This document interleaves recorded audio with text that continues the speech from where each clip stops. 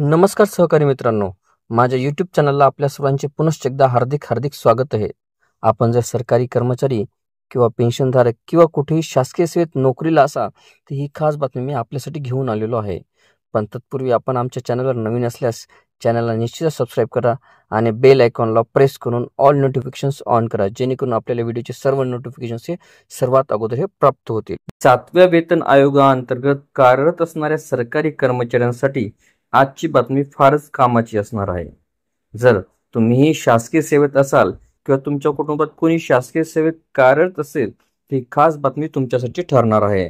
खरं तर सध्या संपूर्ण देशभरात केंद्रीय कर्मचाऱ्यांमध्ये 8व्या वेतन आयोगाची जोरदार चर्चा चालू आहे.